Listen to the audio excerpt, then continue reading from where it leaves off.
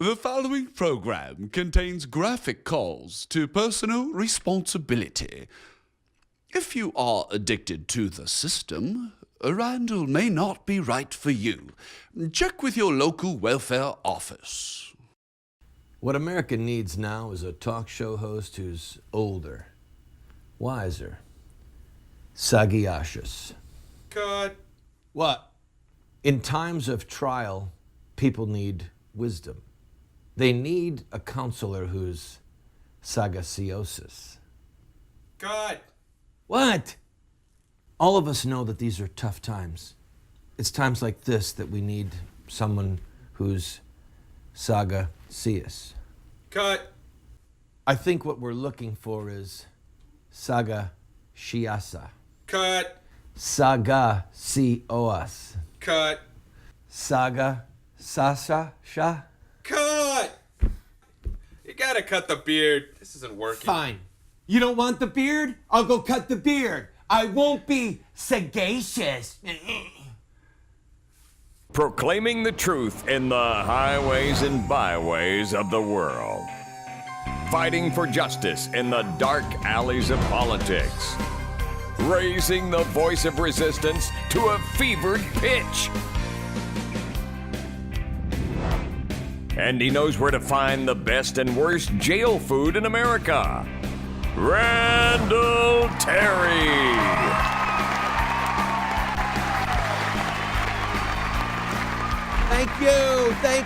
Thank you. Welcome, ladies and gentlemen. Oh, but I make it look easy. I love you, and I'm so glad you're a part of today's program. Question: how many Americans think Obama, what a Freudian slip. How many Americans think Obama is a Muslim?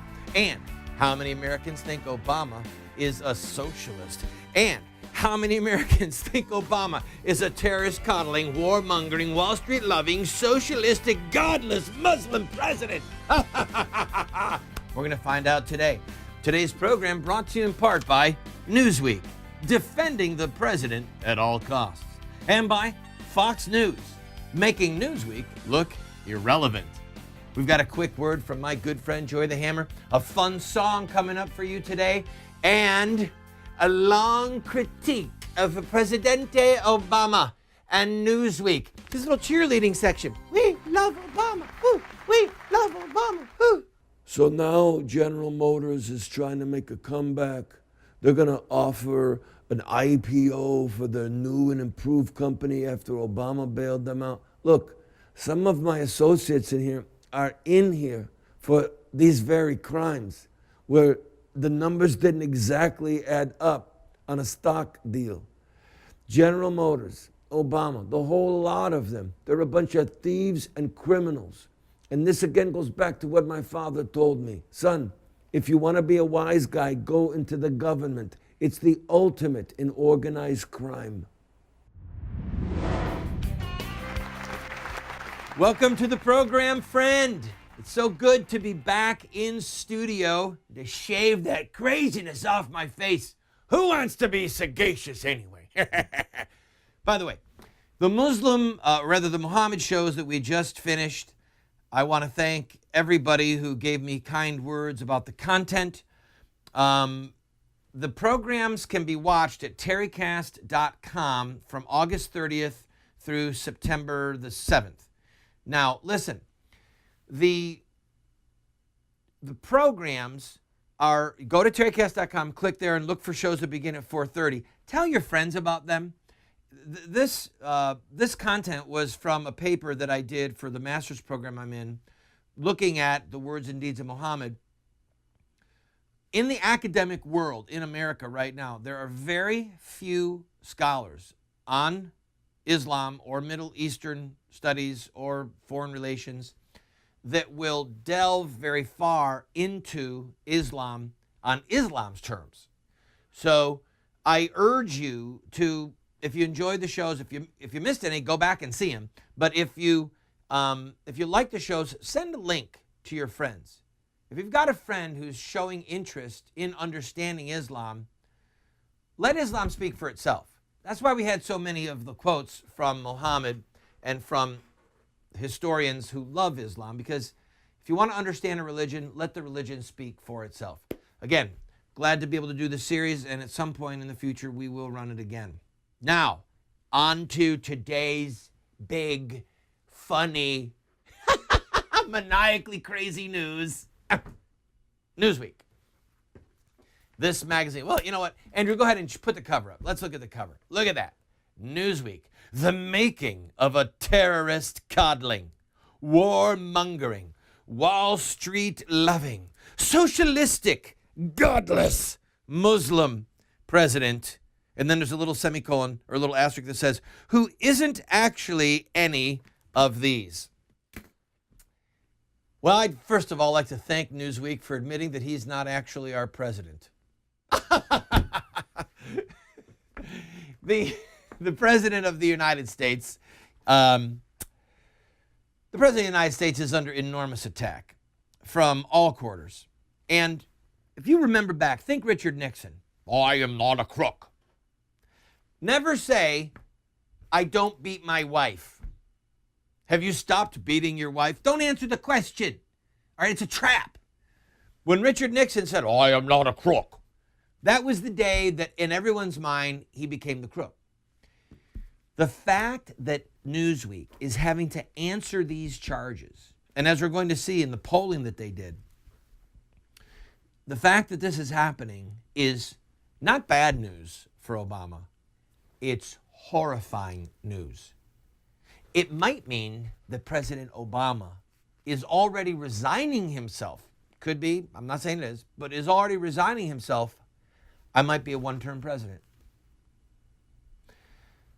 Listen, an ideologue would take that deal, okay? If somebody said to me, Randall Terry, would you be a one-term president? I'd say, where do I jump? In fact, could I be a 2-year president? Could I just have someone's term? Give me 2 years in the White House, baby. President Obama is altering America, okay? He is changing it for the worse. Now, in his mind, he's an ideologue. He is one of those terrorist coddling, socialistic, godless, perhaps closet Muslims. But the end of the matter is this, and I got to take a break, but I'm going to focus on this article and look at the polling data that it brought out. When you're answering these charges, it means that you're in deep trouble. It means that the charges have begun to stick. When my wife brought this Newsweek home to me and she read the cover, I thought, oh my goodness. I said, let's look inside, because they've done polling data. They wouldn't answer these kind of charges unless the charges were causing deep distress inside the White House. And guess what? That's exactly what is happening. President Obama is in deep doo-doo. Let's take a break and let's just let the happiness of that thought sink in for a minute. President Obama in deep doo-doo.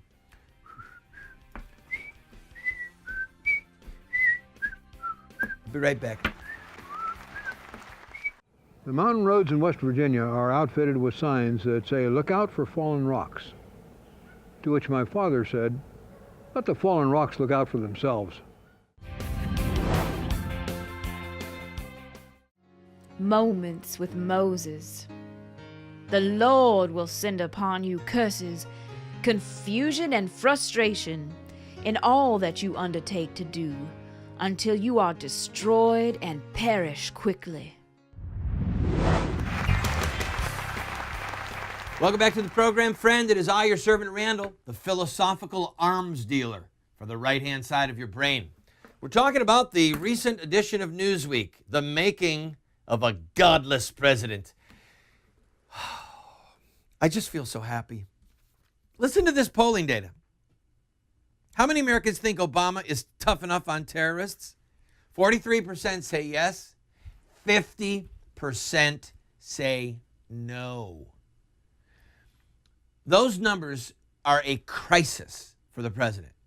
With the war on terror, with American soldiers still dying in Afghanistan and in Iraq, with Obama setting terrorists free out of Guantanamo Bay. I mean, believe me, he's moving them to other countries, but they're going to end up back in the fight. He's not tough enough on terrorists. 50% say no. Listen to this one. Does President Obama share your values? 47% say no. That's just about 1 in 2 Americans say, man doesn't share my values. Have you noticed that the president is starting to talk about his children? That the White House is letting the kids be in the news. There was this news last week about how they don't have a cell phone and they're not allowed to text people and they don't watch television at night.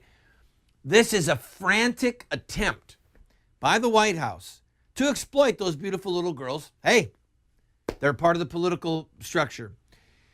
But to say, look, I'm like you. We're a mom and dad, and we've got girls, and we don't let them watch TV at night. We don't let them text. It shows a level of desperation. How about this one? This one is craziness. What is Obama's religion? 42% say he's a Christian. Now, mind you, this is a man who has said repeatedly, I'm a Christian, okay? 42% believe him. 24%, forgive me for laughing, but I can't help it. 24% say he's a Muslim. 24% of Americans polled by Newsweek say that the commander-in-chief is imam. He's the caliphate. He's great Muslim leader, yes. 24%, 1 in 4 people you see walking down the street think that Obama is a Muslim. 24% say they don't know. Okay? Don't know what he is. That's another crisis. And this is even more bizarre. 10% say he's something else. What is that? He's a Hindu, Buddhist, Zoroastrian, the Antichrist. That's what he is. He's got his own little Antichrist religion thing going on. All right, let's look at some other polling data because it gets better. Oh, listen to this one. How many people think, the number of people that think Obama sympathizes with Islamic fundamentalists who want to bring about Islamic law in America, okay? 24% say this is probably true. 7% say it's definitely true. 31% of Americans think that the President of the United States sympathizes with Islamic fundamentalists who want to bring about Islamic law. These numbers are so bad. Why don't you just say 27% believe that Obama is the offspring of Satan? I mean, that's how bad this is. No, wait, there's more. It gets worse. I love this. 30% of Americans polled believe that Obama favors the interests of Muslim Americans above other faiths.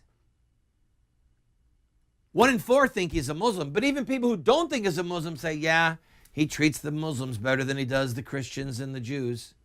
President Obama, na na na na. Let me be the first to sing it to you. Na na na na.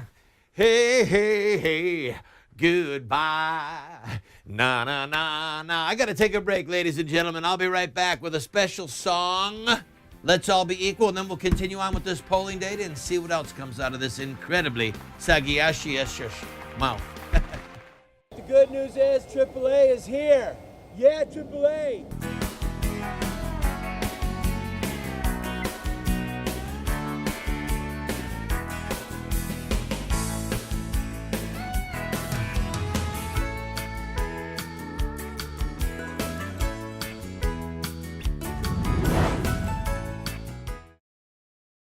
There are 2 places where socialism will work.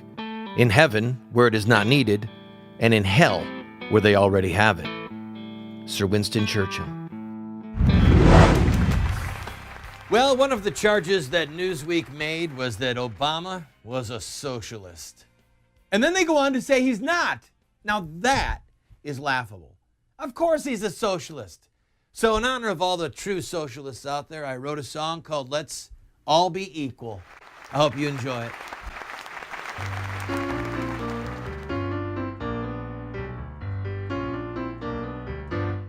Let's all be equal, mediocre at best. Nobody's a loser, we all pass the test. When it's time to make the grade, There'll be no bright shining stars, 'cause we're all equal. Dim bulbs. Let's all be equal. Not too poor, not too rich. No one living in a skyscraper. Nobody digging a ditch. You don't need nothing for no rainy day. What God gives, Obama takes away. So we're equal. We're all broke. Let's all be equal. No superheroes here, no good guys to save us, no bad guys to fear. Olympic gold is as good as mold. There ain't no difference when the story's told, 'cause we're all equal. Middle of the road. I wanna do a solo for all the mediocre out there.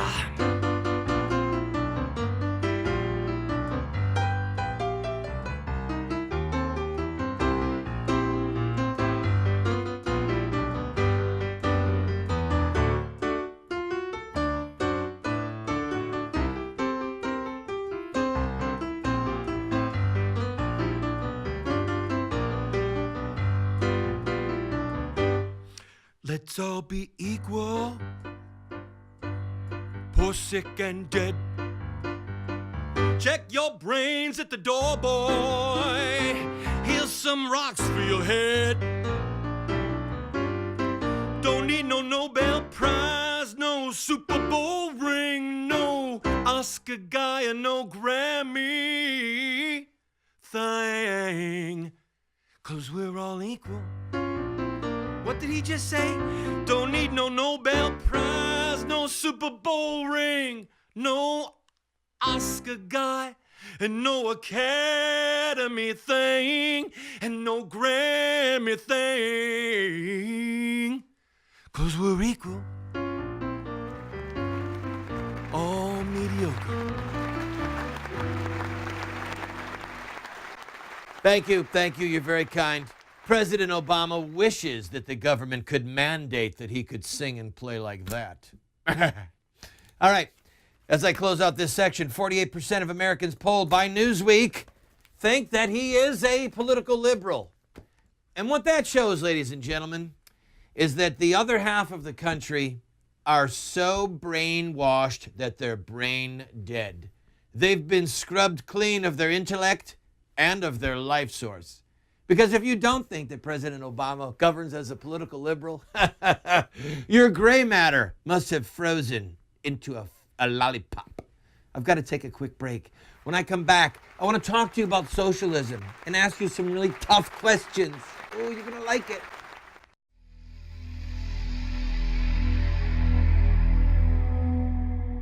May the iniquity of his fathers be remembered before the Lord, and let not the sin of his mother be blotted out. Let them be before the Lord continually, and may his memory be cut off from the earth. For he did not remember to show kindness, but pursued the poor and needy, and the brokenhearted to their death.